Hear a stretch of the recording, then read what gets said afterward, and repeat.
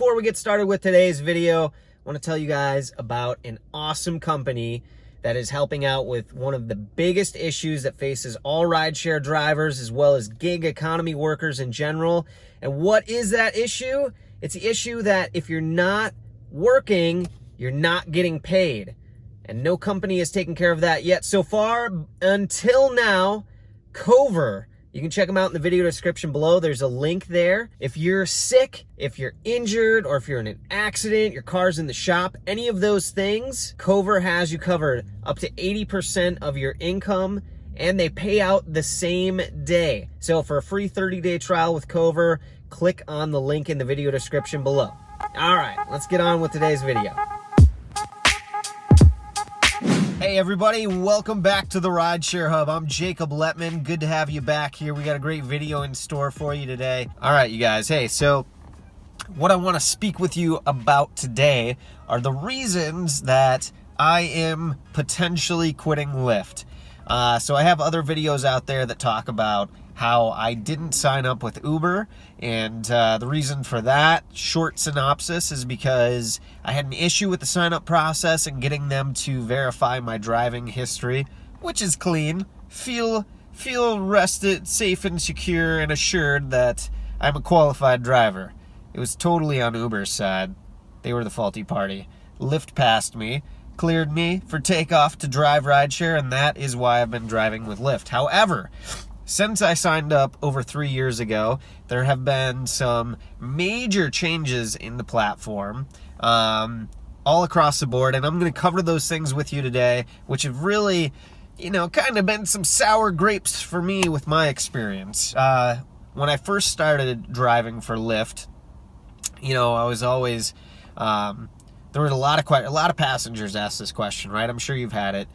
Do you drive for both Uber and Lyft? Which do you prefer? And so when that came up, I kind of told them the gist of my story that I just told you. And I would throw it back on them and say, well, you tell me, which do you prefer? Uber or Lyft? And I gotta say, when I first started driving, probably about 80% of people told me that they preferred using Lyft over Uber for ordering the rides. Now, initially that was because Lyft did a deeper background check than Uber did, and so that disqualified a lot of drivers from driving for Lyft. And so, you get all sorts of people who drive for rideshare. We know that for sure. Anyway, coming full circle to this, let's talk about some of the things that have changed with Lyft and why I am potentially going to be making the switch over to Uber. Crazy, right? Okay, so first, this is a big one for me, and that is rate changes. So there have been 3 notable rate changes since I started driving, and it's not only the fact that there have been rate changes, but it is also how Lyft has presented those rate changes, and that's really what's rubbed me the wrong way. So, because of this channel and because of who I am, I pay very close attention to my earnings, my gross earnings and my net earnings, including all of my expenses, everything. And then, including things like my car expenses, fuel. Those are the major ones for sure, right? Mechanical stuff and fuel expenses. What else is there? Mileage that I put on, so car depreciation. I want to take all those things into account because rideshare is still relatively new in our society, and there's a lot of information out there, right? You can get wide spreads of information financially on what you can make and what your expenses cost. And the issue is it's so circumstantial based on your vehicle type, the year, the mileage, so many different things, where you live for gasoline. So anyway, I'm getting kind of off on a tangent here. But the rate changes have been painted as these, it's going to be so beneficial for you as a driver. I will tell you that not once has it been a beneficial rate change for me as a driver. It has, at best, stayed about the same, and the recent rate change has cost me quite a bit of money, substantially so. And so those rate changes changed. So at first, let's put it this way, mileage was 100% king, right? We're making much more money on mileage and next to nothing on time, which when I started, I was driving in California, and that sucked because I was sitting in traffic a lot, and I think it was 5 cents a minute that I was making. It was 5 cents a minute before Lyft takes out their cut that I was making. Okay, so that changed, right? They started to pay us more for our time, but they took some off of our mileage as well. And so I was like, well, that sucks. It basically kind of worked out the same for me, except on long mileage rides, I ended up losing money. Now, and then it changed again, and then this last one, when they changed it to we start earning right away as soon as we hit accept on the rides, I was like, oh, I mean, they made it seem real cool. Like, you're going to start making money as soon as you hit accept. Awesome, right? Well, in theory, yes, but no, it has actually cost us quite a bit of money here driving in the Phoenix area because they substantially took away how much we make per mile. And so any of our decently long rides, which there are quite a few here because it's a very spread out area, and people drive further than like in LA. People in LA, you go like 5 miles, maybe 10 miles max usually. Here people go 20, 30 miles all the time. And we've lost a lot of money on those rides. So rate changes, that's a big one for me. Well, let me do this actually this way. So how much money they're taking, let me elaborate on that. So originally when I signed up, right, Uber took 25%, Lyft took 25% of our earnings. So if a ride, was $10, we would make $7.50, and Uber or Lyft would take $2.50. And that is how it was presented, and that is how it was calculated. And unfortunately for me, I did not double check that math because I have since come to find out that there are drivers that were more on top of checking that, and there were a lot of instances where Uber or Lyft took more than that, and the drivers would have to call and have that reversed, and Uber and Lyft would chalk it up to tech issues. And it happened a lot, and probably in the tens of thousands or hundreds of thousands of dollars, I bet, that people were not aware. Anyway, this kind of stuff sits sorely with me. So recently, when I found out that this is what happened. Lyft on their website changed their verbiage on how our pay is calculated. And it now says it is calculated by, let me think about how this is said. I want to get this right. It says our driver pay is not directly related to what a passenger pays. Meaning that, and they set it up this way because sometimes the rate that they offer the passenger will be higher or lower based on demand in the area. So if there's low demand, they might try and incentivize rides by lowering the price, which I bet doesn't happen all that often. Or if the demand is high, they will raise the price. And that doesn't necessarily mean that it's surging for the drivers. Our pay is always going to be calculated off of mileage and time. So here's what I found out. And you can look, I've got a video on the channel. Please check it out. It talks more into this. I think it's really an injustice and everybody should know. I did some calculations and I found that there was a week where Lyft took 48% of the earnings so my passengers paid, a certain amount, and they took 48% of that, and I only took 52. So that set so poorly with me. I was so frustrated to find that out, that they were taking so much money. And So much so that I tried to contact customer service with Lyft to talk to them about it and just get their thoughts and feedback, because I wanted to record that conversation, put it on here in a video for you guys to listen to their explanation.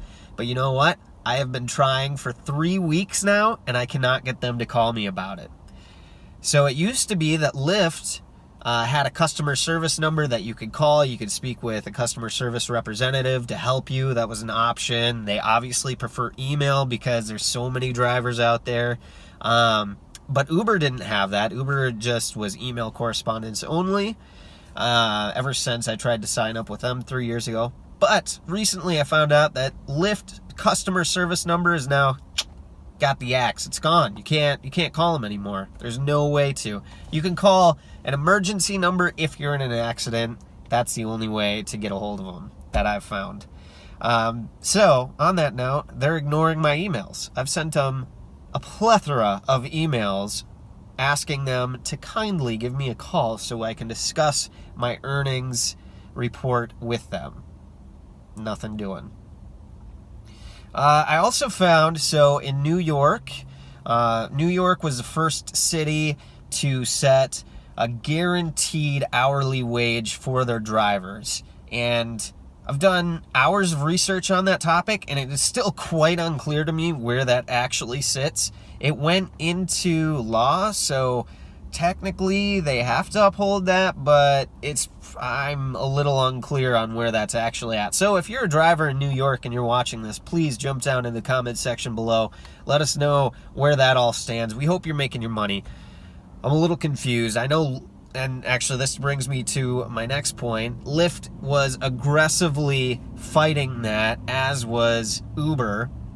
And this is another reason that kind of turned off by the rideshare industry as a whole, actually. If we jump to California and look at the situation there with the bill that's being passed, which will pretty much make drivers in California qualified as employees, and they will not qualify as independent contractors, which changes the whole gamut.